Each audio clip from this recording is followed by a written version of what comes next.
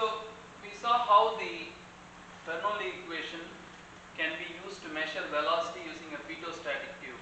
Okay, that was a velocity measurement, and it turns out that we can also use the Bernoulli equation to do volume flow rate measurement.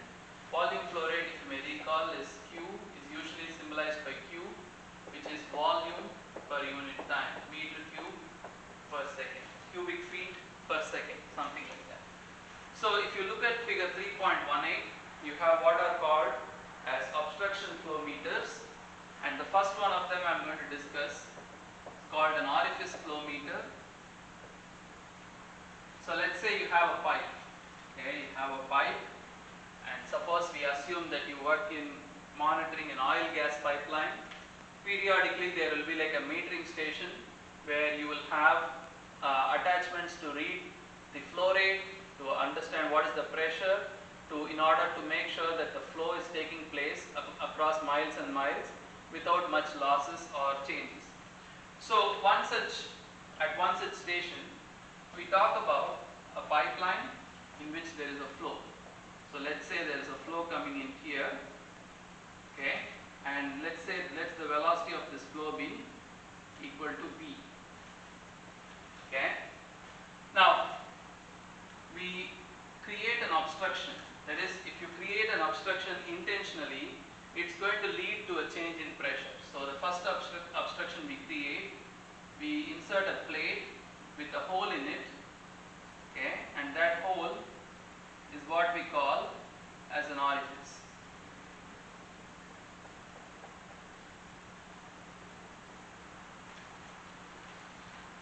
This is an orifice. At a set distance from the orifice, we drill a hole that is perpendicular to the pipe. Okay, we drill a hole here. Okay, we call this section 1. Downstream of the orifice, we drill another hole and call this section 2. We drill a hole and call this section 2. The flow that comes in until about here, it's just a uniform flow. That is what you are trying to monitor or trying to measure, and you want to calculate what happens to the flow as it goes through the orifice and then re-expands and then fills up the space again. So if you think about 2 points, one that is here and another that is here, that is on the axis. Choose 2 points on the streamline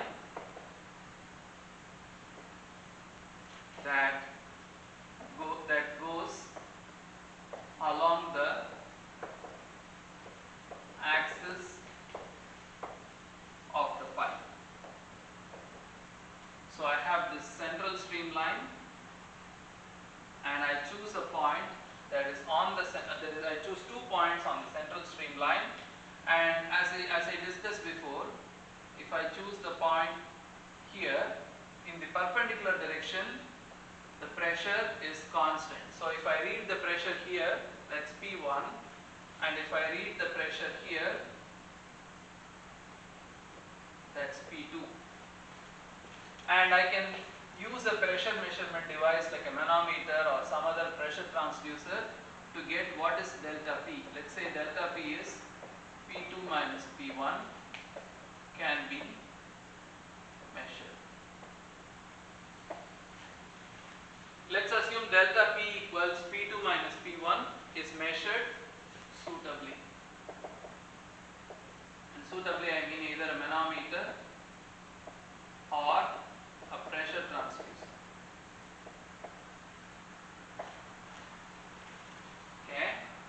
Now I am going to apply Bernoulli equation between 1 and 2, which means I am implicitly assuming steady flow, incompressible flow, and invisible flow.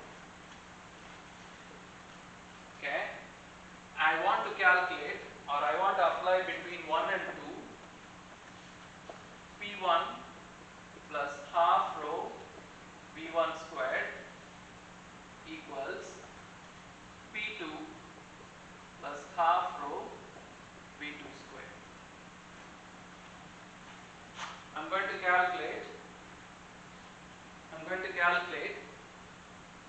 P1 and P2. I'm going to measure P1 and P2 using a suitable technique, and I'm going to write the equation that connects them with the velocity V1 and V2. Okay. Now we choose V1 and V2 such that, like, the point 2 is chosen at a specific distance from the orifice, so that the velocity that's coming out of here, this is your orifice plate, we choose the point 2 such that the velocity at point 2 is nearly uniform, so that we don't have to worry about a velocity profile or a dependence on the distance, radial distance, etc. We assume V2 is a constant. Okay. So we can write A1 times B1 multiplied by density is equal to the density times the area of section 2 times the velocity of section 2. This is mass balance, mass conservation. And the area of section 2 is almost equal to the area of the orifice. So I'll write this pi by 4 d orifice squared, where d naught is orifice diameter.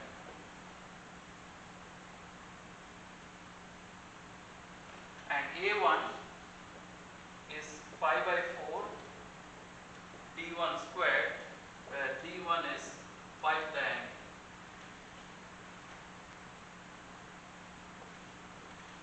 So if I use the mass conservation, what am I getting? I am getting V2 is V1 times d1 over d0 square, or d1 over d0 square.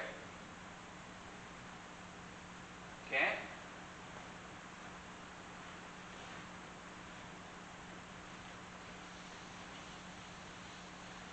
So I'm going to write, I'm going to assume P2 minus P1 is known. So I'll write half rho V1 squared minus half rho V2 squared equals P2 minus P1. I'll call it delta P. And V2, half rho V1 squared times 1 minus, what is V2? It is V1 times d1 over d0. So this is d1 over d0 squared, the whole squared, so that's to the 4 equals delta P.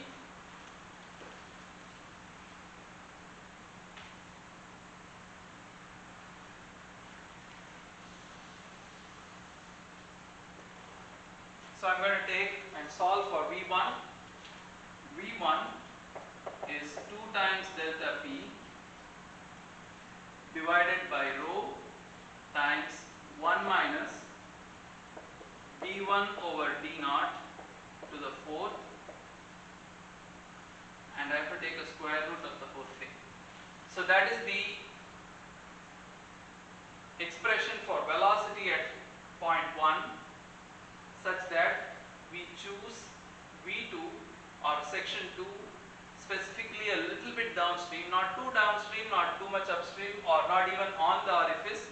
It's a little bit downstream, such that at that location the velocity profile is nearly uniform, and the velocity can be written this way, and we want to know the flow rate, which is the velocity times the area, which is the velocity times pi by 4 d1 squared. So I'll write it pi by 4 d1 squared times velocity, which is 2 times delta P divided by rho times 1 minus d1 over do to the 4th, whole thing square root. So this will be an expression for flow rate if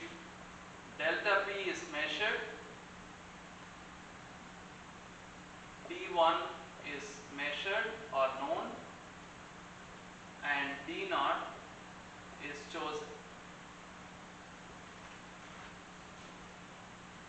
This whole concept is called an obstruction flow meter because we deliberately create an obstruction.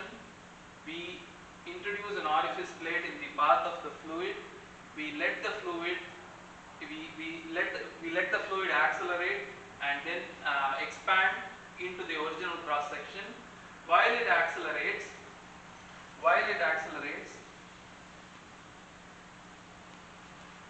the fluid streamlines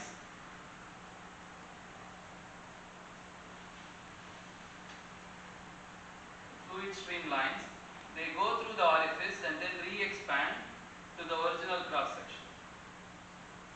The central streamline goes through almost without any change in shape or change in curvature.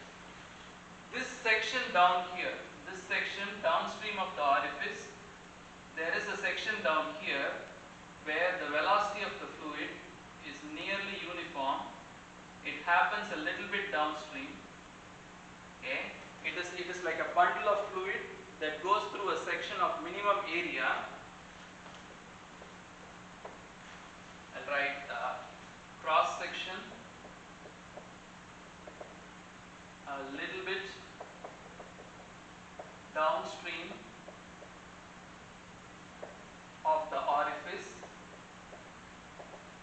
A cross section a little downstream of the orifice where the fluid contracts to the maximum. That is, over here it's this much, at every section it reduces, it reaches a minimum, and from the minimum it starts to expand out back into the original cross section of the flow.